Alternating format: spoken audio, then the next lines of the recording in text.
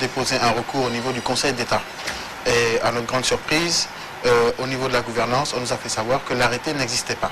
Donc jusqu'à l'heure où je vous parle, il n'y a aucun arrêté des services administratifs qui interdisent les manifestations. Donc d'où vient cette rumeur alors?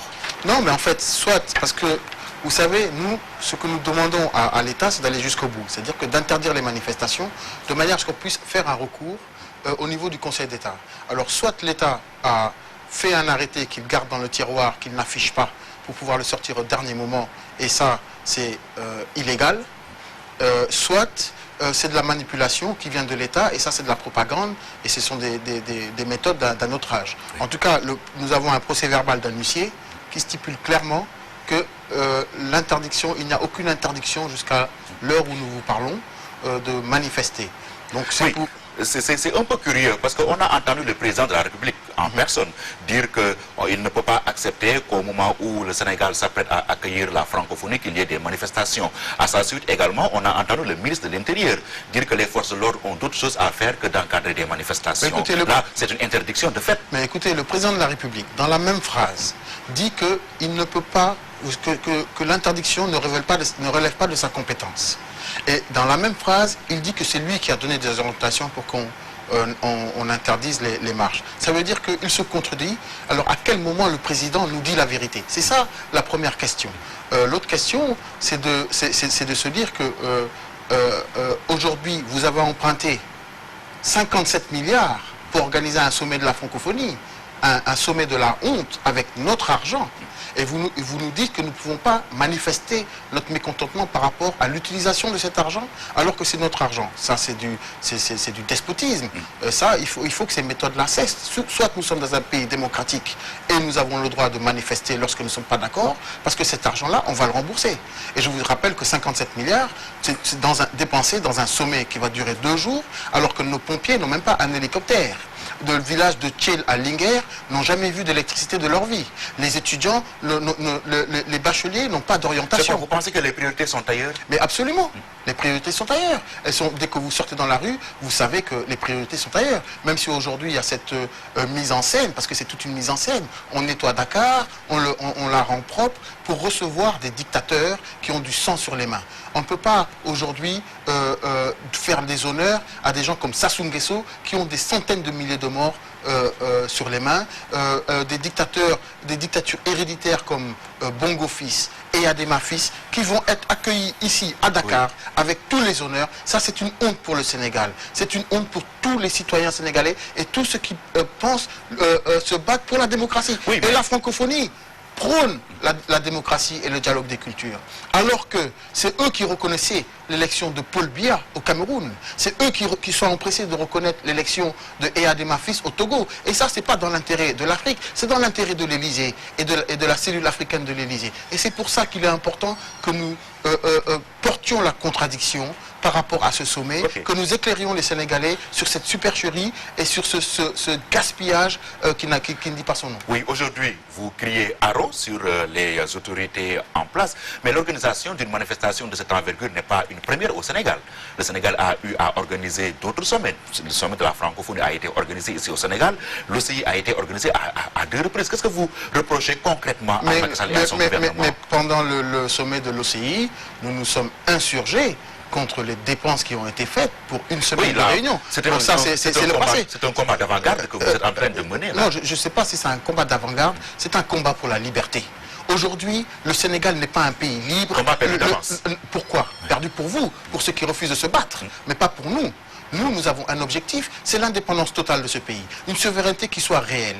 Or, nous sommes dirigés depuis 54 ans par des présidents de la République qui sont aux ordres de l'Élysée et de Matignon. Alors c'est ça la cause principale de la pauvreté endémique qu'il y a au Sénégal. Il faut le reconnaître. Nous sommes en train de faire des courbettes devant l'administration française, une administration qui n'a jamais été notre partenaire, qui n'a jamais été notre ami. Voici une administration qui a déporté Samori Touré, qui a déporté Cheikh Amadou Bamba, une administration qui bombarde des palais présidentiels lorsqu'ils ne sont pas d'accord avec les élections. On l'a vu en Côte d'Ivoire. Est-ce que vous imaginez, vous, les États-Unis avec des bases militaires en France, et lorsqu'ils ne sont pas d'accord avec les élections à l'Élysée, bombarder l'Élysée? C'est impensable. Nous sommes entourés de 3 bases militaires françaises.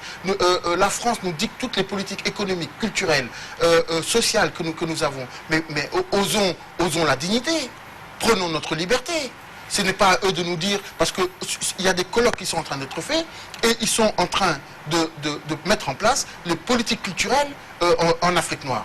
Ça, c'est l'Élysée qui le fait. Il y a la COFEMEN, qui est la conférence des ministres de l'éducation de la francophonie. La francophonie n'est pas seulement la France, hein, c'est 77 pays qui sont attendus au Sénégal. Mais vous pensez, vous, que lorsque l'association des ministères de l'éducation de la francophonie se réunissent pour dicter et dire comment on va éduquer nos enfants, est-ce que vous pensez que le ministre de l'éducation sénégalais va dire au ministre de l'éducation de France que l'histoire telle qu'elle a enseignée en France, il faut la revoir, il faut parler des massacres des Sétifs, les 97 000 malgaches qui ont été assassinés de Thiaroye 44? Non, c'est seulement d'un sens vers l'autre. Donc s'il n'y a pas d'équité, il n'y a pas de partenariat, c'est de la domination. Et tout ça grâce à une élite qui est ici, d'accord, et qui s'en met plein les poches, d'accord, et qui se soumet littéralement contre l'avenir de son peuple. Parce que ceux qui seront au sommet de la francophonie, je vous le dis ici, mais sans aucune gêne, ne sont pas des patriotes. On ne peut pas mettre 57 milliards dans un sommet aujourd'hui, alors que dans les villages, il y a de la famine. Alors qu'il y a des femmes qui meurent en Gésine. Oui, mais il faut que notre pays profite également de l'organisation d'une telle manifestation, en se dotant de nouvelles infrastructures modernes. Mais nous avons besoin d'hôpitaux, Pierre-Edouard. Et d'infrastructures aussi. Nous avons besoin... Le centre de conférence qui a été construit au Diamniadio, quand même, c'est pour le pays. Et qui va survivre même au sommet. Je n'ose croire que vous pensez ceci, Pierre-Edouard. Il y a des priorités. Et les priorités, c'est à nous, Sénégalais, c'est à nous, Africains, de les définir. Je vous dis qu'il y a des pénuries de fentanyl dans les hôpitaux. C'est-à-dire c'est l'anesthésie qui fait que des personnes qui ont le diabète, à qui on doit amputer la main à cause de ce manque de médicaments, eh bien, le temps qu'arrive le médicament, on doit leur amputer le bras. Et vous me dites que vous allez mettre 57 milliards pour une infrastructure qui ne servira à rien du tout. Ah oui, vous pensez? Mais absolument. Ça c'est à l'honneur du Sénégal d'avoir une telle infrastructure. Mais quel honneur. Nous sommes les derniers de la classe. Nous sommes manipulés depuis 54 ans. Nous sommes à genoux. Le peuple souffre. Le peuple est à bout. Nos caisses sont vides. Et vous bazardez notre argent pour avoir des titres et des médailles venant de l'Élysée. C'est une honte. Tous ceux qui participent à ce sommet-là sont une honte pour le Sénégal. Et c'est pour ça que nous avons organisé un contre-sommet de la francophonie. Ok. Nous allons revenir tout à l'heure sur le contre-sommet, mais nous allons parler un peu de l'interdiction de manifestations. Est-ce que vous, à votre niveau, parce que vous avez mis sur pied un front contre le sommet de la francophonie, oui, est-ce que vous êtes prêt à braver l'interdiction si jamais elle est confirmée? Bon, écoutez, le front contre le sommet de la francophonie a décidé d'organiser plusieurs manifestations. Oui. D'accord?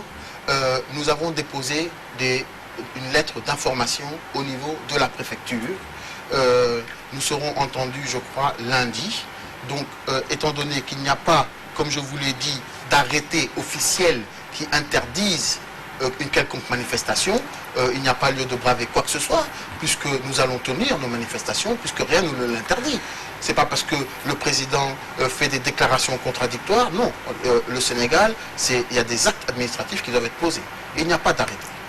Il n'y a aucun arrêté, donc jusqu'à maintenant, je ne vois pas qu'est-ce qui pourrait nous empêcher de faire nos manifestations. Mais nous resterons quand même dans le cadre légal des choses. Si on veut signifier par exemple l'interdiction, vous allez vous conformer à cela? Contre le sommet de la francophonie, moi je ne parle pas en tant que Malick Noël Seck. Aujourd'hui, je ne suis que le porte-parole de ce front-là. D'accord? A décidé que ce combat-là est un combat intellectuel. Ce n'est pas un combat de caniveau. Nous comptons inviter des éminents professeurs qui vont venir à l'UCAD, organiser des colloques pour déconstruire justement le discours impérialiste qu'on nous sert depuis tant d'années. Donc, nous sommes armés, nous sommes solides dans nos bottes. Intellectuellement, nous avons les arguments qu'il faut. Donc il n'est pas question de, ce n'est pas une question de bataille rangée, oui. de bataille de rue. C'est quand même, et c'est un débat qui est important. Vous ne pouvez pas vous organiser un sommet à ce prix-là et nous empêcher d'en débattre alors que vous le faites avec Donc notre argent. vous n'êtes pas prêt pour un rapport de force sur le terrain, sur la rue, dans la rue? Mais écoutez, à l'heure actuelle, rien ne nous interdit de faire nos manifestations, jusqu'à l'heure où je vous parle. Oui. Si jamais une interdiction tombe, je crois que le front contre le sommet saura prendre les décisions qui iront dans le sens, en tout cas, de faire réussir nos manifestations.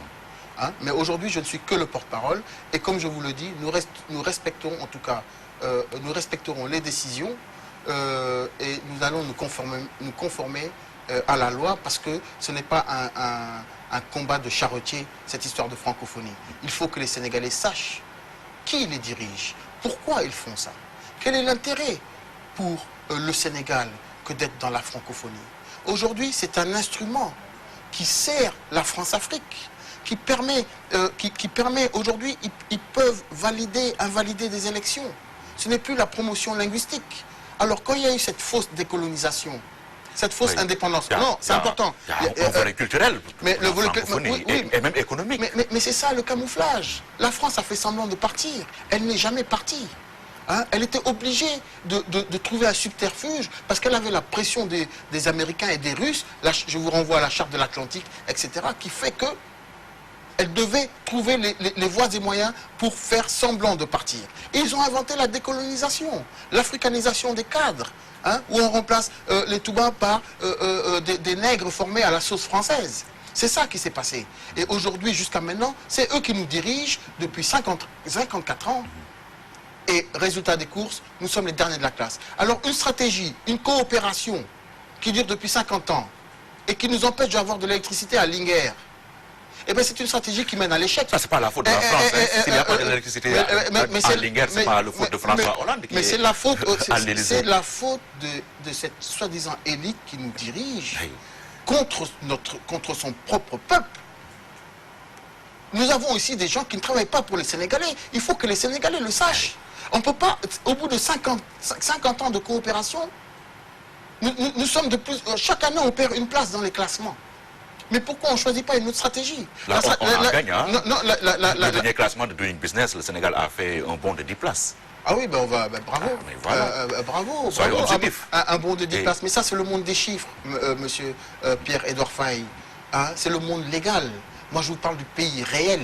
Et je vous parle des femmes qui accouchent, qui perdent leur bébé, leur fœtus sur des charrettes.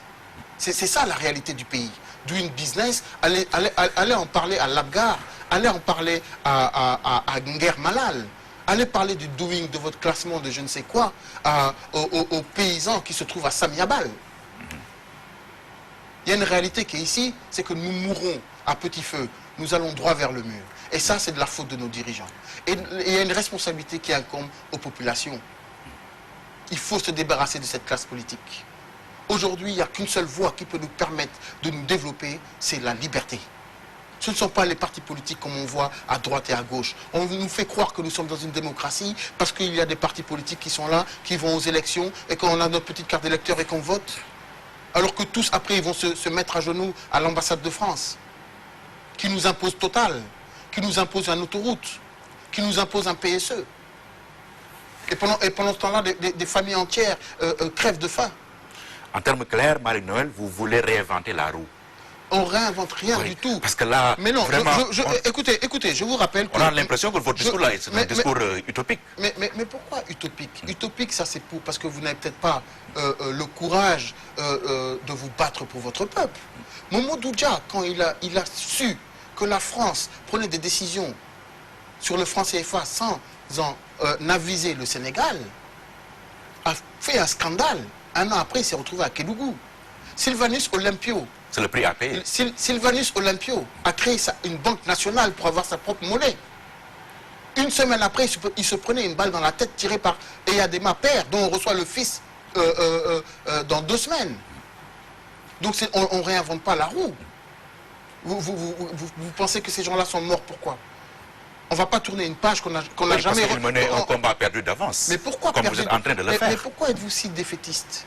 Pourquoi vous pensez qu'on va perdre? On vous parle de votre Là, liberté. les armes sont inégales. Mais inégales, et ça veut dire quoi? Là, vous n'avez aucun pouvoir de décision. Et vous pensez que de peser sur la marche des choses. Vous pensez que les Indochinois avaient plus de force que la France et les États-Unis? Mais ils avaient un sentiment nationaliste. Ils se sont battus avec le cœur.